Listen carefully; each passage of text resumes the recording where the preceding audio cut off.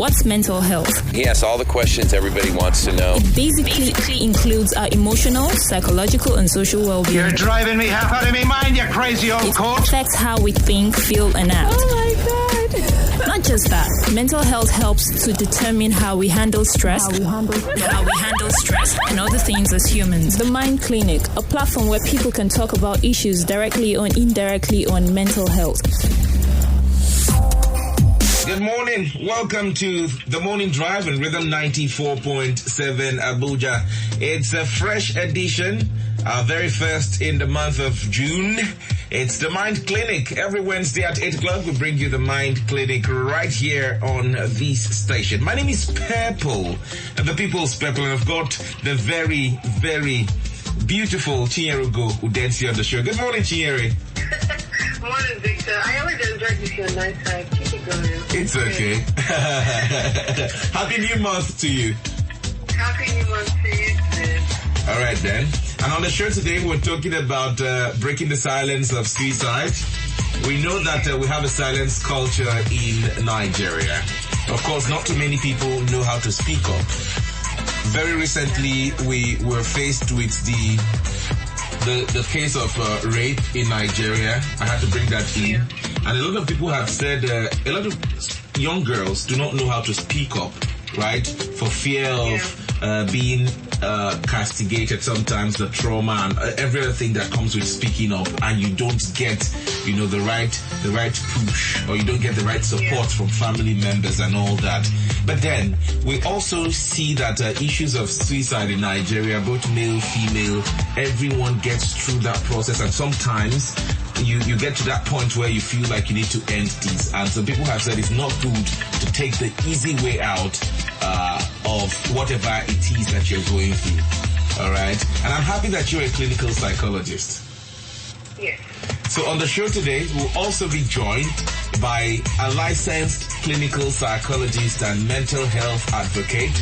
Of course, he is a managing partner at Mumtaz Mind and Wellness Studio, where he specializes in psychological assessment and intervention within the context of individual, couple, family, and group settings. And as a training team lead of Mentally Aware Nigerian Initiative, MANI, the Abuja chapter, he conducts workshops and seminars on a myriad of topics to promote positive mental health and psychological well-being.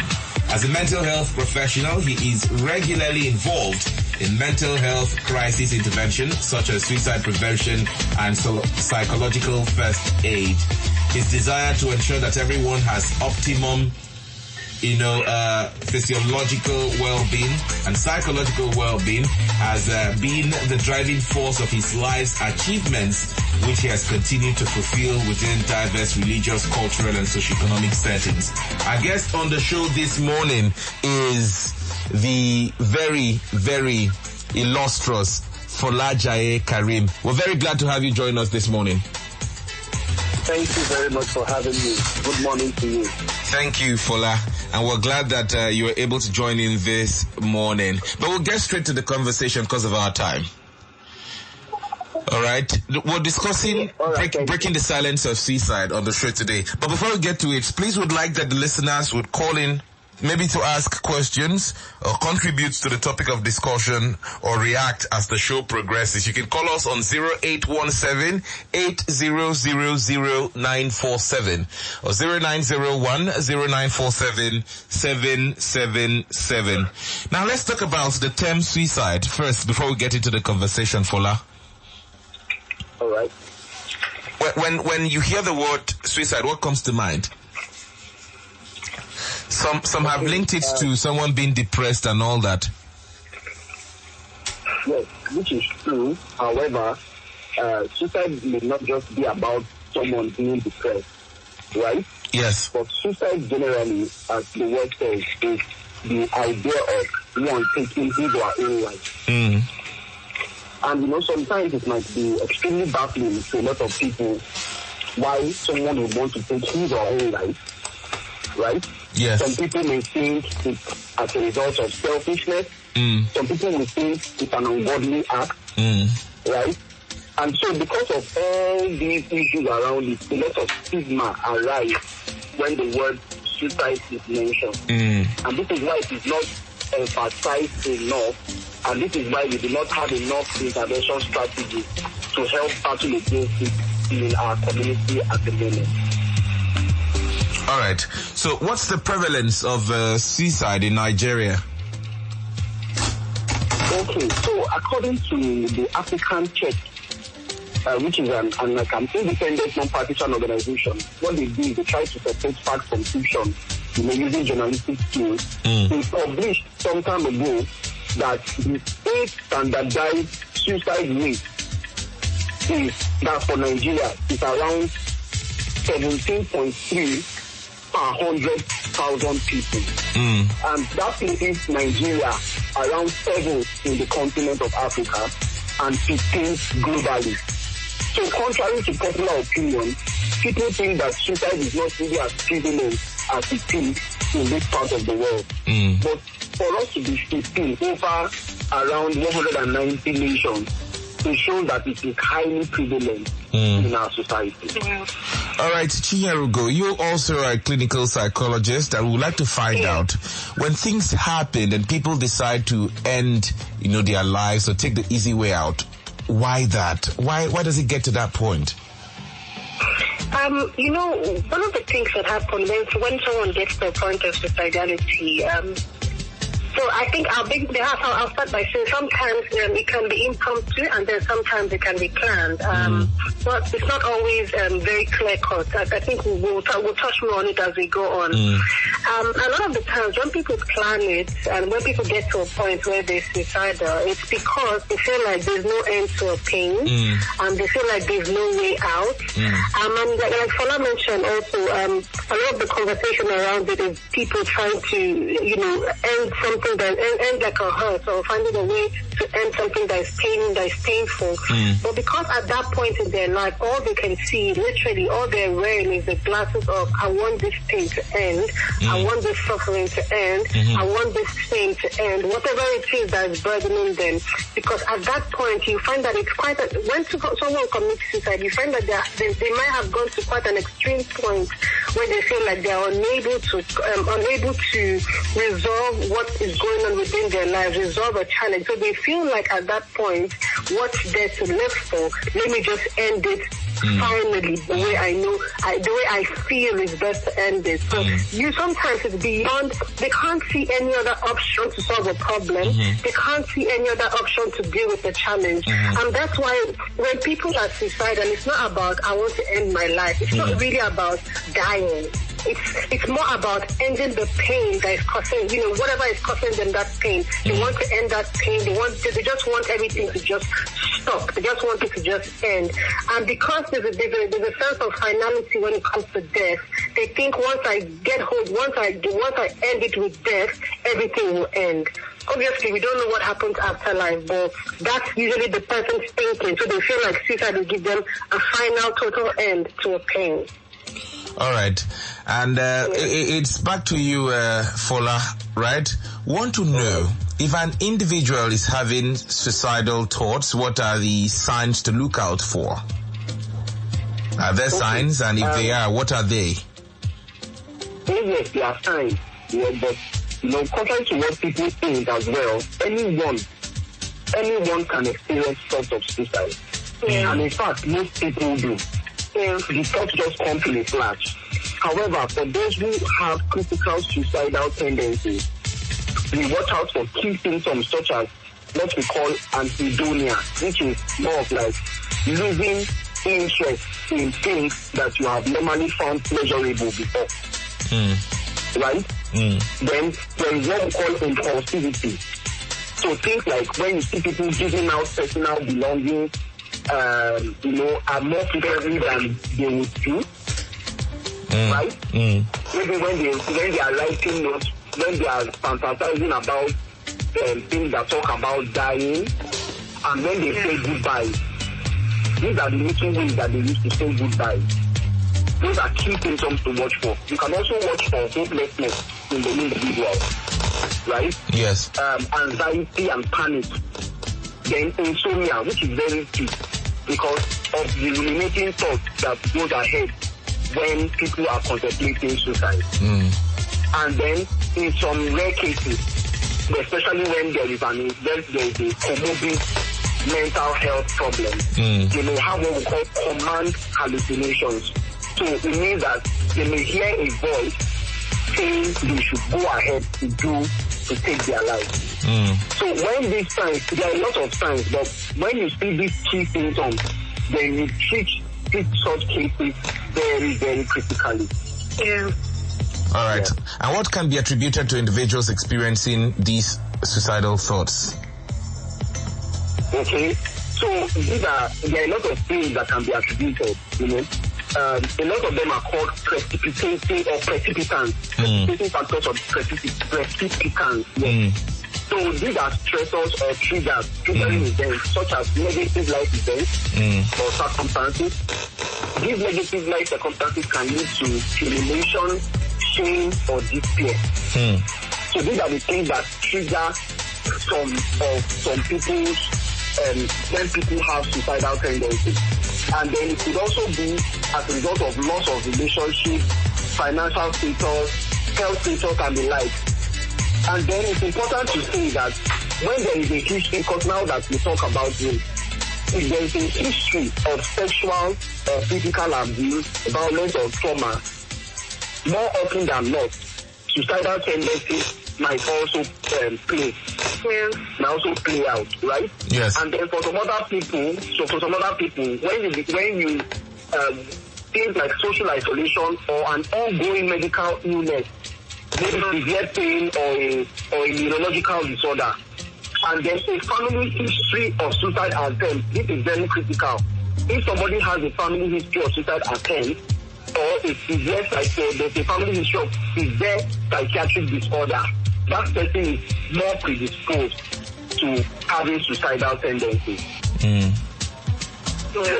All right. A lot of messages are coming in with the questions, and I appreciate it. Please keep the questions coming in. We have 2 questions already. Keep your questions coming in. Reactions and contributions will be taken after this break.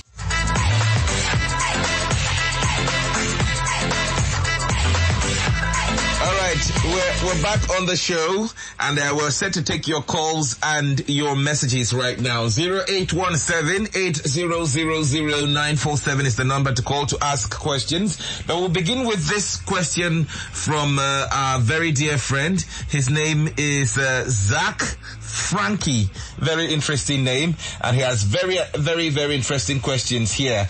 He has 2 questions. He says, number 1, can the risk for suicide be inherited? That's 1. And the second question, what biological factors increase risk for suicide?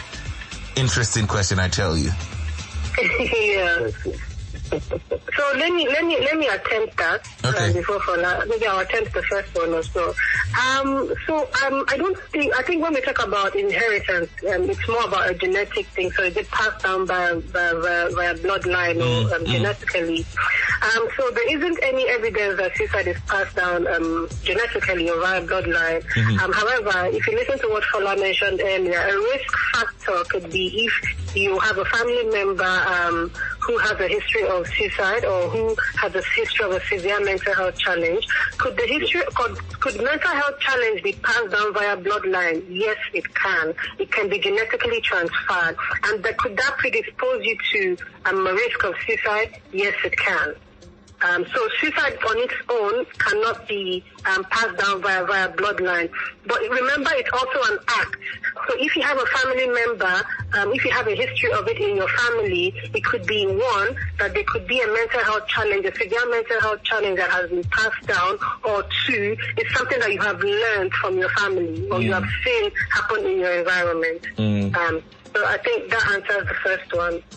I can't remember the second one again. The second one, of course, was what biological factors increase risk for suicide? Okay. So again, they're not specific things there, but we know that when people experience depression, for example, which could be one of the leading factors for it.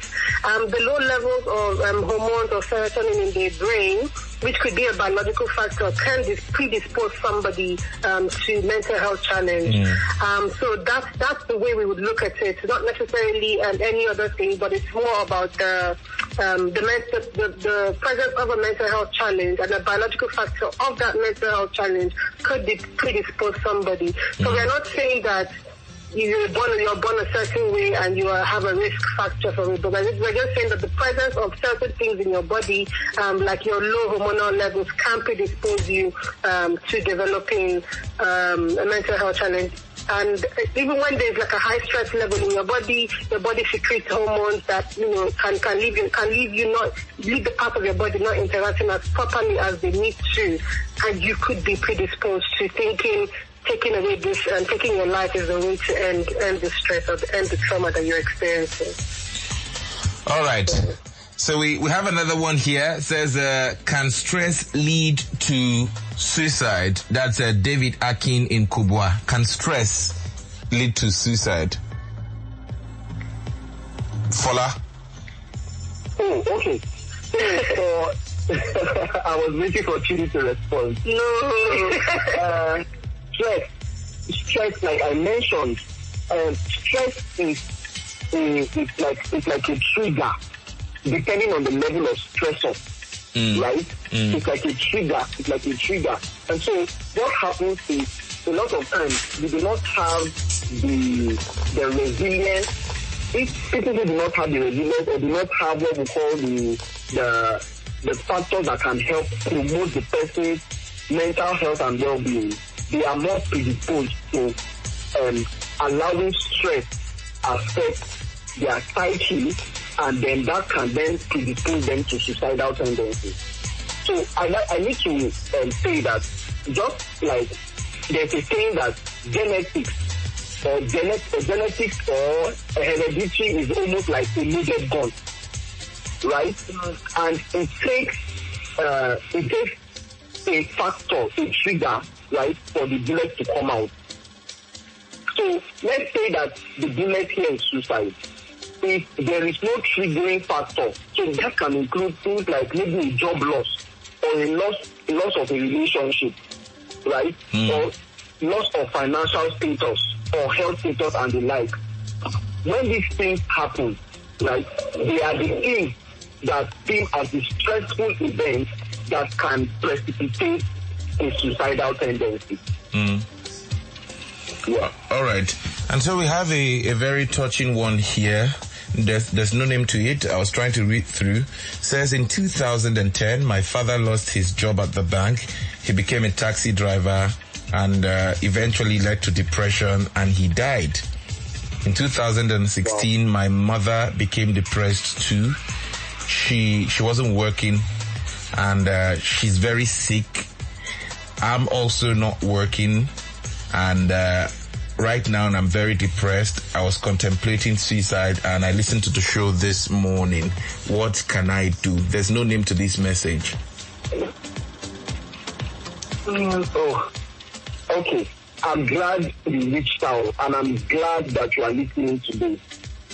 I would first suggest, if there's anything, please try and consult a mental health professional. There is help for you, there is hope for you, and definitely we are 100% willing to lean a shoulder for you. And for you, at the moment, right where you are having thoughts of suicide. I would say, number one, try to know or understand that your emotions are not fixed. Yeah. And that your feelings are not your reality. So what this means is that how you feel today may not be the same way you will feel tomorrow. And it is definitely not the same way you felt yesterday. I need you to understand that you have to give yourself that time bound to understand what's going on. Know that your absence also will cause grief and anguish in the lives of your friends and your loved ones. Also know that you have many things that you can still accomplish in this life. And that's important for you to seek help, especially when you know you need it. So I think with these few things, we'll be able to assist you and then guide you. But please do not give up hope. All right. Thierry, I hope we'll give out a number at the end of the show. Yes, because we know that there are other people who might have a similar, experience, but cannot call in on the radio or send messages. All right, so they are afraid for it to be read, and that's why we're having this conversation, breaking the silence of suicide. We have a silence culture in Nigeria. You're depressed, you don't want to talk about it. You are contemplating suicide, you don't want to talk about it. Maybe you were raped and this led you to a depression and made you to get into your shell and you don't want to talk about it. All right? I want us to assure the listeners that there is hope, and then there is always someone to talk to at Neem Foundation. All right? The Neem Sanctuary is there. You can talk to them. And I'm very sure we can give out the numbers and emails at the end of the conversation. I think we should even give it now, and I will still give it again later. Yeah. Okay. So the number to call, if you are having the distress and you want to speak to somebody, Neem Sanctuary is 0706 062 5054. So it's 0706 062 5054. So please send us a text message or give us a call, and we'll be able to support you. And the good thing about this is that while we have people like Stella also as part of the program, is that we believe in collaboration and we believe in partnership, and we know that there's so many other people out there who are also offering support. So we'd be more than happy to even link you up with other people that are also giving that support if you need. And depending on the severity of your presentation, we'll be also able to support you by extending your contacts with your permission to other facilities that can be able to support you also. All right, and we have another one here. Like I said, I'm very impressed. The messages are coming in on the show today. A lot of people are opening up, are ready to speak up on the show. And we have this one. It says, I was supposed to travel to play football in Europe before COVID-19. And since the pandemic started, none of us have traveled, and I've been really depressed. No name to this one as well. Yeah. I'm hoping. I think with lots of people also, the pandemic or the change that has come up has brought a lot of halts in our life and a lot of things that we're doing. But as I mentioned earlier, the feelings are quite temporary, and these will actually pass, and things are easing out a bit. And we hope that things do get better. But that if you need support, we're here for you. We're here to talk to you during the trying times. All right, Fola, you were about to say something. Yes, I was about to say that when in this period of COVID-19, or this period where we're experiencing COVID-19, one of the significant things that's happening to a lot of people is the fact that there is a drastic change in our routine. Yeah. And that in itself is a stressful event. So a lot of people have experienced job loss.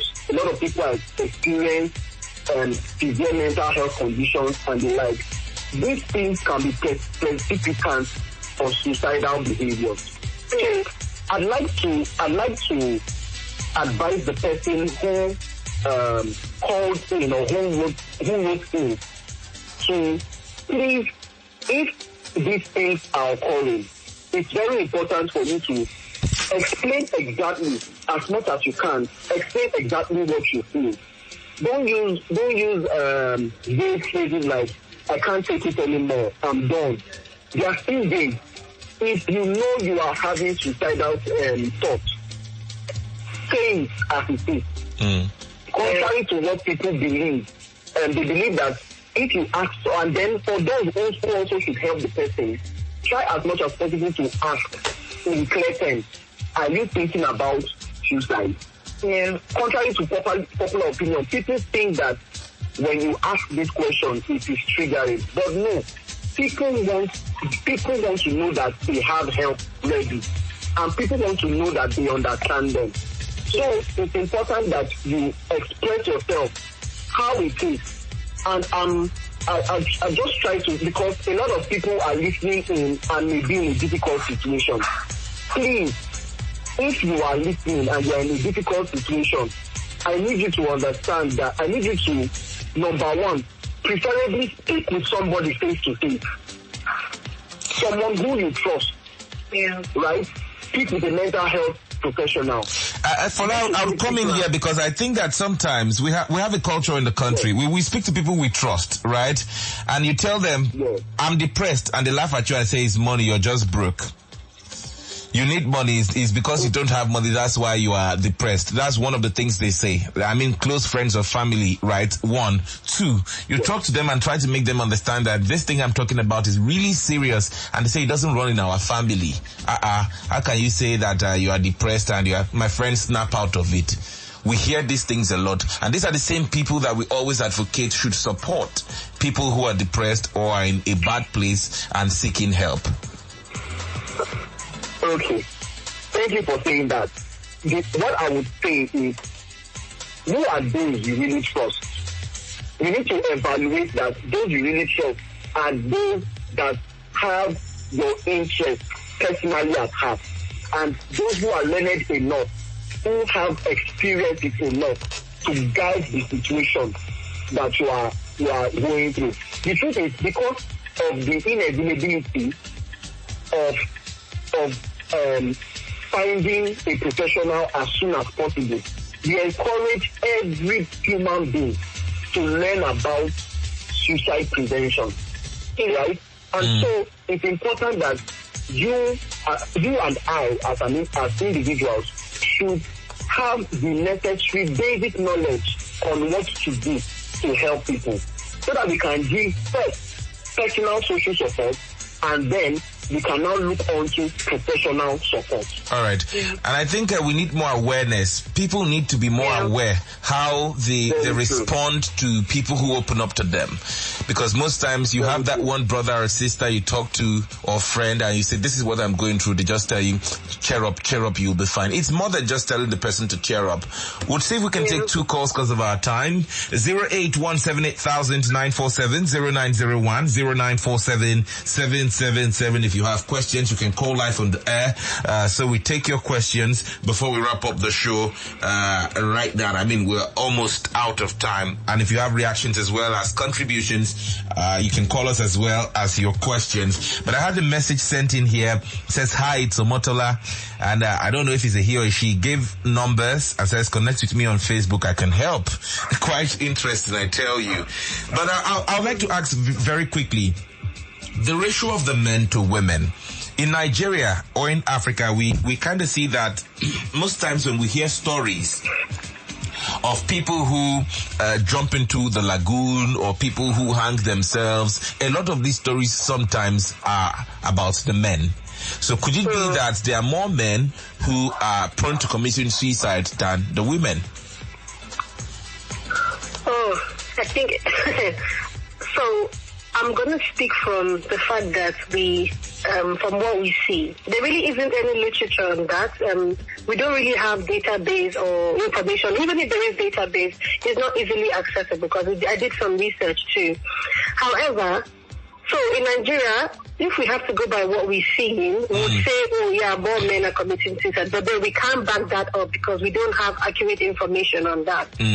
However, we know that men tend to use more vicious methods or stronger methods to end their life in comparison to women. So the men would do, and I'm not going to give names, but the men would use more harsher practices or more harsher ways to end their lives. So that, I think for me, that's the biggest difference between men and women. So we don't really know who commits it the most. I remember that we don't have all the data we need when it comes to understanding the prevalence of suicide in Nigeria. We know that it has been going on, and we know that thanks to social media, there's a lot more awareness on it, and there are a lot more people speaking up and coming up about it now. But we can't take for granted the fact that Nigeria, according to the stats that Paula gave earlier, that Nigeria is ranked quite high when it comes to suicidality. And we hear that a lot of young boys and young men now, or I mean men or women in general, get alcohol as a way of taking themselves out of a depression, or they keep taking this alcohol on a daily basis, and sometimes this leads to drug abuse as an alternative or as a way from, just trying to take their minds off whatever it is that is making them contemplate suicide. So, because of our time, all right, we'd like to find out what one can do if he's having suicidal thoughts and where they can receive help. Kinyere.